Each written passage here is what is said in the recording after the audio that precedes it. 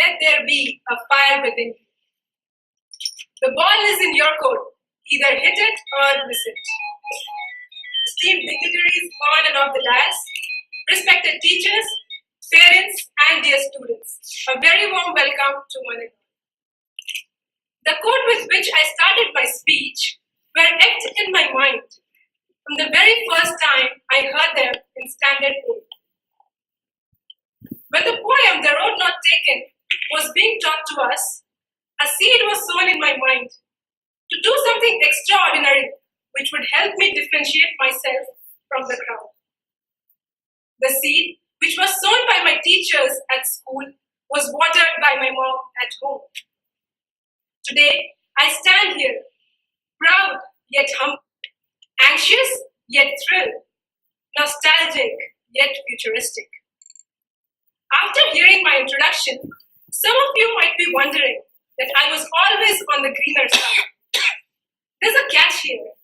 The introduction did include my failures. However, I consider my failures as important as my achievements. So just to ensure that you don't end up thinking me of somebody extraordinary, let me tell you about my failures first. I tasted failure for the very first time when I failed to qualify IIT and AIEEE exam. I took a drop for preparation. That was the toughest phase of my life yet. Little did I know that it was actually a blessing in disguise. I got to stay with my Bade Papa and Bade Mummy in Bokaro Steel City for one whole year. I learned the true meaning of self-discipline, persistence, consistency, and patience from them. I'm fortunate enough that both of them together has joined me today for this special occasion. I want you to give a big round of applause for both of them. The next series of failure started from June 2011 when the placement season started in my campus. I was rejected by more than 10 companies before I actually got my first job offer. I would especially like to narrate one recruitment experience. It was one of the mass recruiters which came to campus for hiring in a bulk. Everybody was excited and confident that they will get through this company. My interview was exceptionally long as compared to others. However, it didn't bother me much. The result was supposed to be announced in evening in a large auditorium. I didn't have the nerve to be present when the results were to be announced. I chose to stay in my room and wait for the result. I got an SMS in my phone saying 1,800 students selected. I was surprised. I was excited. I got ready as soon as possible to go to the auditorium. As I was locking the door of my room, I got another SMS. It said, "Your name is not there in the list." The keys fell down from my hand. I picked them up, opened the door, and entered the room again. I thought the girl must have missed my name. After all, it was 1,800 students. How could she possibly not see my name there? I opened my mail, clicked on the Excel sheet attached, and then pressed CTRL-F. I typed my name, Narita, and hit enter. It said no results found.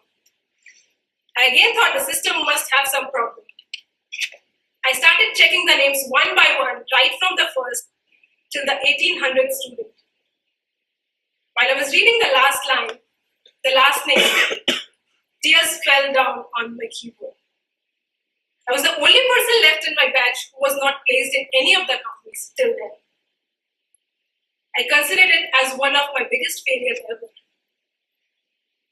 Looking back from here, I now can see the positive side of my failure. After each rejection, I went back to my room and wrote a journal stating my entire interview experience with every minute detail. Interview experience, the pre-placement job details, the compensation details, and the interview questions as well. After a point of time, I actually wrote a 120 pages book on my final year experience. However, it couldn't get published because it had the confidential details about the companies which were not supposed to disclose. But it gave birth to the idea of fire in the belly. I wonder if I hadn't failed so many times that time, probably today we all wouldn't have gathered here for the release of the book. After being placed in Bank of America, I had 6 month time in my college. I spent most of that time reading. In the year 2012, I completed 27 self-help books. While I was reading those books, I was introduced to a whole new world, a world of possibilities, a world of opportunities. Fortunately, I got a chance to meet and learn from lots of extraordinary people. Robin Sharma is one of them. He's the author of the book, Monk is Sold as Ferrari, The Leader Who Has No Title, and lots others. He launched his online course, which was a 4 month course, costing 25,000 rupees. When I told this idea to my colleagues at office, they mocked at it saying, who would spend 25,000 on an online course? And that too, for something which you already know. We all know it's good to wake up early. We all know it's good to manage our time. What new is he going to tell you? I said, that's why I want to attend the training. I want to see what's new he's going to tell me. And today I really say that it is the wisest investment I have ever made. He not only made me write my 5 goals, which would make this year my absolute best year yet, but he also gave me a roadmap to actually realize that goal. Another such person was Nandini Vaidyanathan. She's the founder of a company called as Karma.